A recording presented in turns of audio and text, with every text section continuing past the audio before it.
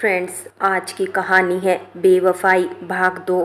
पिछले भाग में आपने पढ़ा, वर्षा पूनम से कहती है, पूनम क्यों माफ़ कर दूं मैं उसे, क्यों ज़िंदगी भर के लिए खुद को सजा दूं। किस तरह वो अपने बेटे से नज़रें मिला पाएगा। हिम्मत होगी उसमें कि उसी शिद्दत से वो मुझे फिर से छू सके। कैसे उसकी नज़रें मेरी नज़रों का सामना करेगी। बहुत कश्मकश में थी वर्षा की ज़िंदगी। अब आगे ज़िंदगी में कई मोड़ ऐसे होते हैं जहां पहुंचकर ज़िंदगी दोराहे पर पहुंच जाती है। कोई रास्ता चुनाव करना आसान नहीं होता। वर्षा के सामने भी यही कश्मकश थी। एक रास्ता उसे दूर तक ना दिखाई देने वाली मंजिल तक ले जाता था और दूसरा रास्ता उसे उन पलों की याद दिलाता था जो अपनी ज़िंदगी में कभी नहीं चाहती थी। उस पर दर्श की जिम्मेदारी, क्या दोष है उसका जो उसे इतनी बड़ी सज़ा मिले। क्यों वो अपने पिता के प्यार से वंचित रहे। अभी तो उसने बचपन के पलों को अपने माता पिता के साथ बांटना शुरू किया था।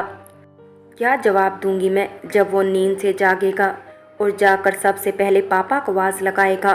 वो उसकी आदत है, सबसे पहले वो अपने पापा को आवाज़ लगाता है। पर आज तो उसे अपना घर ही नहीं दिखेगा। जाने कितने सवाल होंगे उसके मन में, जिसके जवाब कैसे दे पाऊंगी मैं, कैसे उसे सच बता पाऊंगी मैं, जिसे वह भी समझने के लायक भी नहीं है। आज हथेली पर धारा बहा रहे थे, खता की किसी और ने, और बोझ मेरा दिल उठा रहा था। मन करता है अपने उन पलों को मैं अपने मन दिमाग से हमेशा के लिए मिटा दूं, पर यह असंभव था। दरवाजे की घंटी लगातार बजे जा रही थी, पर जैसे नितिन के कानों तक कोई आवाज़ ही नहीं पहुंच रही थी। जैसे तैसे नींद के नशे में चूर नितिन दरवाजे तक पहुंचा। अरे भैया, आपने दरवाज़ा खोला। दीदी कहाँ है, आप ठीक तो है ना। एक गंदी शराब की महक ने चंदा काम वाले की नाक में दस्तक दी। उसने साड़ी के पल्लू से अपना मुंह ढक लिया।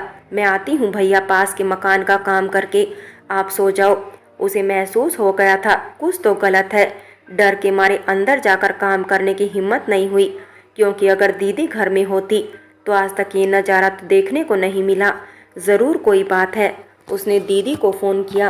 अचानक चंदा का फ़ोन देखकर वर्षा चौंक गई। उसके मन में वो बात घूमने लगी, कहीं नितिन को कुछ हो तो नहीं गया, कहीं यही खबर देने के लिए तो चंदा फ़ोन नहीं कर रही। उसने फ़ोन उठाया। हाँ चंदा, बोलो। दीदी, आप घर पर नहीं हो क्या। यहाँ साहब तो बुरी हालत में थे, लड़खड़ा रहे थे, लग रहा था बहुत पी रखी है। आज तक तो ऐसा कभी नहीं हुआ, पर आज मुझे कुछ अलग लगा। तू काम करके आई क्या घर का। नहीं दीदी, साहब को ऐसी हालत में देखकर मन घबरा गया, मैं तो वापस आ गई। देख तू घबरा मत, काम करके आना पूरा, और सुबह का खाना भी तैयार कर देना, और वहाँ के हालचाल बताती रहना। मैं ज़रूरी काम से बाहर गई हूँ कुछ दिनों के लिए, तो संभाल लेना। ओ दीदी ठीक है, मैं तो घबरा ही गई थी, पर आप भैया को बोल देना ऐसे पी कर नहीं आए मेरे सामने। मर्द जात का क्या भरोसा, कब गले पड़ जाए। ये सुन वर्षा ने फ़ोन काट दिया। सही तो कह रही थी चंदा, मर्दों का क्या भरोसा। एक बार भरोसा टूटा या 1000 बार, क्या फ़र्क पड़ता है। थोड़ी देर बाद चंदा फिर घर पहुंची, पर इस बार नितिन अपनी हद में था।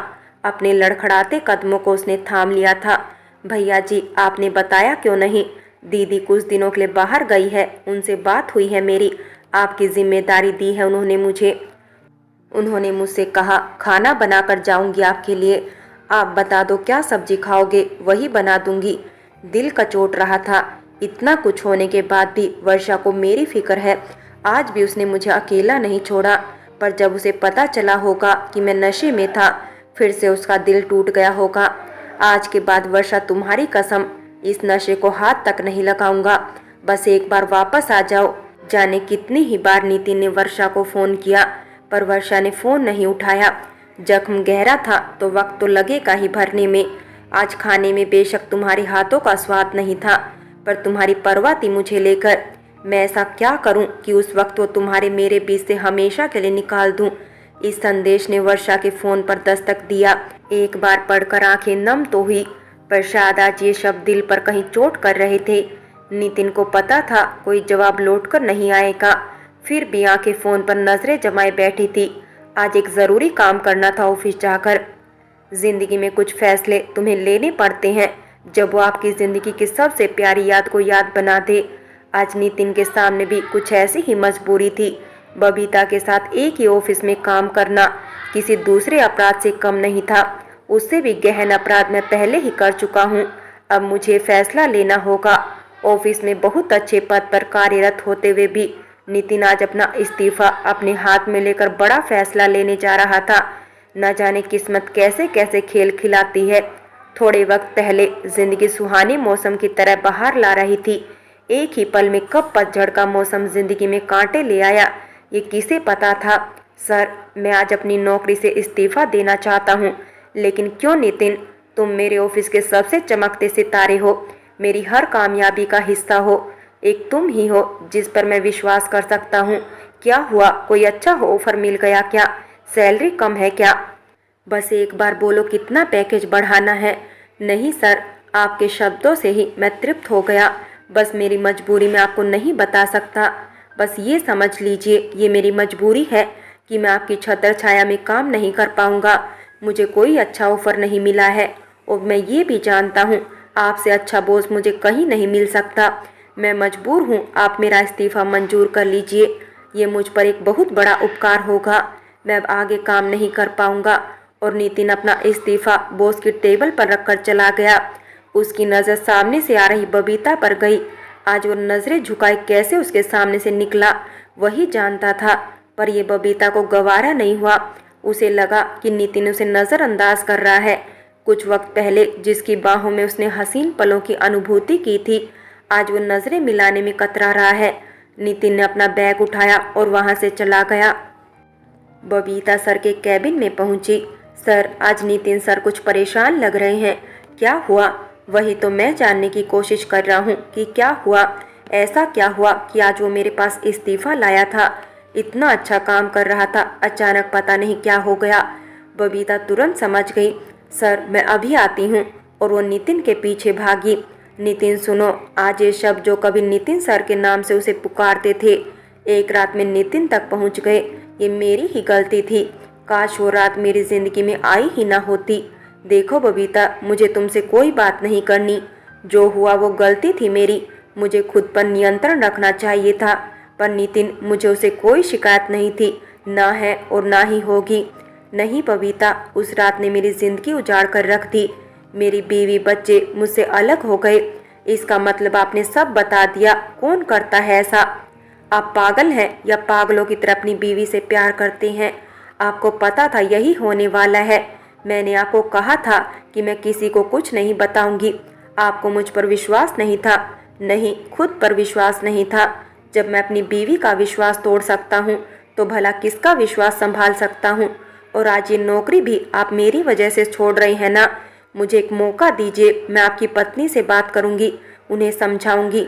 इसमें आपकी कोई गलती नहीं थी, मैं गलत थी और मैंने आपको मजबूर किया था ये सब करने के लिए। नहीं बबीता, तुम मुझसे और मेरी पत्नी से दूर रहो। मैं पहले ही उसका विश्वास खो चुका हूँ, अब उसे ज़िंदगी से नहीं खोना चाहता।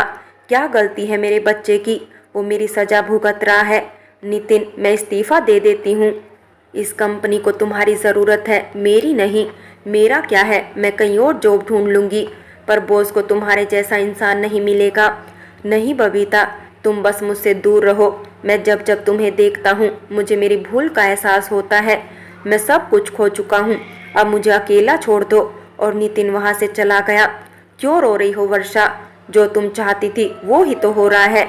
मैं कैसे बताऊँ पूनम, कल मैंने दर्श को कैसे संभाला। उसके सवाल मेरे हर झूठ से संतुष्ट हुए। जब उसने पूछा पापा कहाँ हैं, मुझे झूठ बोलना पड़ा कि वो काम से बाहर गए हैं।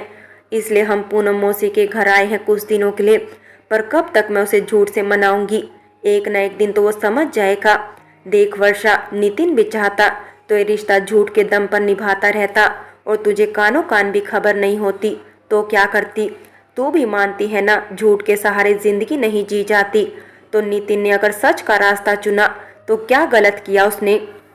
क्यों पूनम, जो नितिन ने किया क्या वो सही था? सही नहीं था वर्षा, वो एक भूल थी जो हो गई। वक्त के उस चक्कर को यूं फिर से नहीं घुमा सकते। देख, आखिरी फैसला तेरा है और मैं तेरे साथ में हूँ, पर एक बार दर्श के बारे में सोचना जरूर। तभी दर्श फोन पर बात कर रहा था। हेलो पापा, आप कहाँ गए हो? कब आओगे? हम पूनम मौसी के यहाँ हैं, आप जल्दी से आ जाओ, हमें घर ले चलो। दर्श की आवाज़ सुनकर नितिन आंसू नहीं रोक पाया। हाँ बेटा, मैं तुम्हें और मम्मी को लेने आऊँगा, ज़रूर आऊँगा, तुम चिंता मत करना। और एक वादा करो कि मम्मी को सवाल पूछ पूछ कर तंग नहीं करोगे। हाँ पक्का वादा पापा, अब जल्दी से आ जाओ। स्पीकर चालू था। नितिन की अश्कों से भरी भारी आवाज़ वर्षा के दिल को कचोट रही थी। ऐसा लग रहा था जैसे उसकी आंसू वर्षा की पलकों में आ गिरे हो। मैंने फैसला कर लिया है कि मुझे क्या करना है, नितिन ने खुद को बोलते हुए विश्वास दिलाया। फ्रेंड्स, आखिर नितिन क्या फैसला लेगा, जानने के लिए कहानी का अगला भाग अवश्य देखें। और अगर कहानी अच्छी लगी हो तो लाइक करें, शेयर करें और प्यार भरी कहानी चैनल को सब्सक्राइब करें।